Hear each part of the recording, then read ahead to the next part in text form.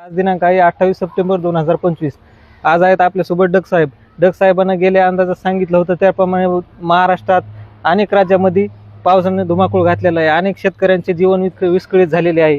तर आता डग साहेब आज 28 सप्टेंबर 2025 आहे. डग साहेबाला इथून आता नंतरचा अंदाज विचारू, कसा पाऊस राहील, काय राहील, पाऊस विश्रांती कधी घेईन हे एक डग साहेबाला विचारू. आता नमस्कार, मी पंजाब डक. मी आलोय केरळमध्ये कोची शहरामध्ये.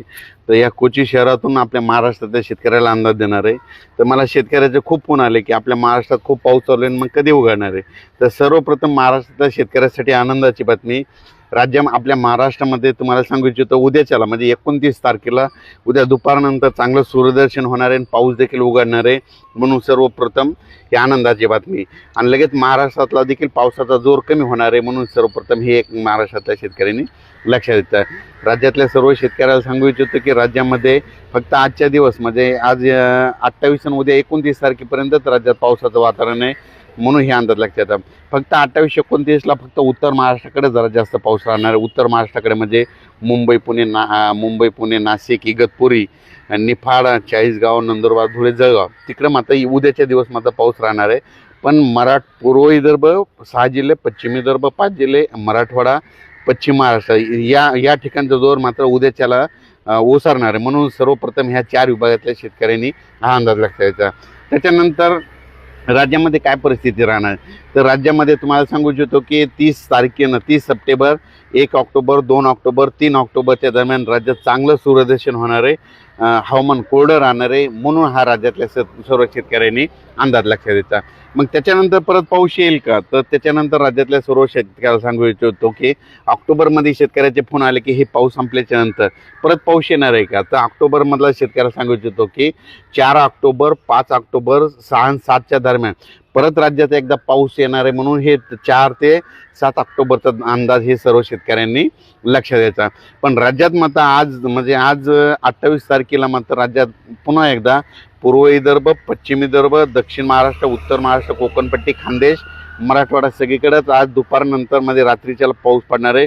पण उद्याच्याला मात्र पावसाचा जोर कमी होणार आहे आणि उद्या सूर्यदर्शन होणार आहे. हा अंदाज महाराष्ट्रातल्या सर्व शेतकऱ्यांनी लक्षात द्यायचा.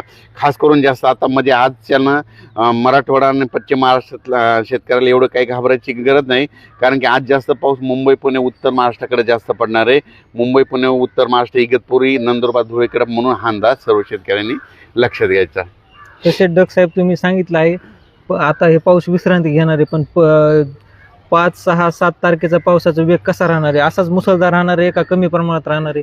हां, म्हणजे सांगायचं झालं तर जे 4 तारखेला जे पाऊस येणार ते देखील असाच प्रमाणात राहणार आहे. ते काय होणार आहे, 4 तारखेला विदर्भाकडून सुरुवात होणार आहे. म्हणजे विदर्भाकडून काय येणार, 4 तारखेला विदर्भात आगमन करणार आहे. वर्धा, नागपूर, भंडारा, गोंदिया, चंद्रपूर, यवतमाळ, वाशिम तिथपर्यंत 4 तारखेला सुरुवात केली. 5ला तो पाऊस मराठवाड्याकडे येईल. 5, 6, 7ला परत तो पाऊस काय होईल, मुंबई, पुणे, नाशिक तिकडे जाणार आहे. त्याच्यानंतर 8 तारखेपासून परत 8 ऑक्टोबरपासून राज्यात सूर्यदर्शन होणार आहे. तिथून पाऊस निघून जाणार आहे. म्हणून हे अंदाज लक्षात येतात. आणि आजच एक मला पूर्णाच्या शेतकऱ्यांनी एक मला टाकलं होतं की आमच्याकडे जाळेधुळी आली. तर मी म्हणत असतो ना, जाळेधुळी आल्याच्या नंतर काय होतं, महाराष्ट्रातला जाळेधुळी आल्याच्या नंतर तो सांगतो की पाऊस कधी निघणार हे निसर्ग सांगतं. कसं सांगतं, आज काही ठिकाणी जाळीधुळी आली होती. जाळीमध्ये काय होतं, झाडावर जाळी पडतात, पिकावर जाळी पडतात. जाळीधुळी आल्याच्या नंतर कंप्लीट 12 दिवसाला पाऊस निघून जातो.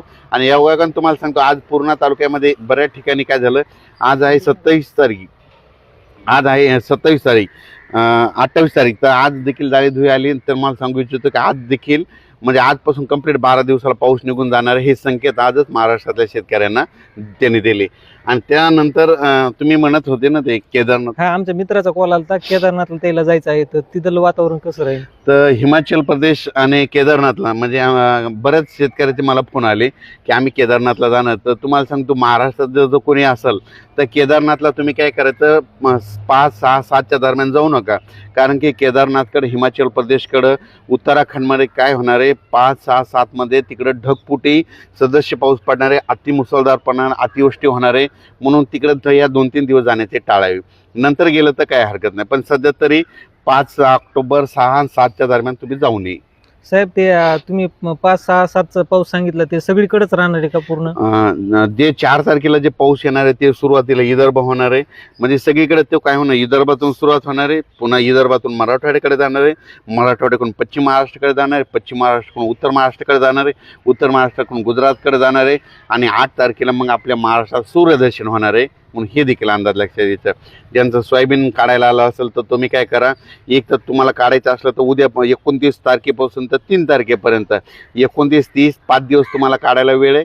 आणि त्याच्यानंतर काय करायचं, 8 तारखेपासून चांगलं सूर्यदर्शन होणार आहे, राज्यातला पाऊस देखील निघून जाणार आहे. म्हणून हा अंदाज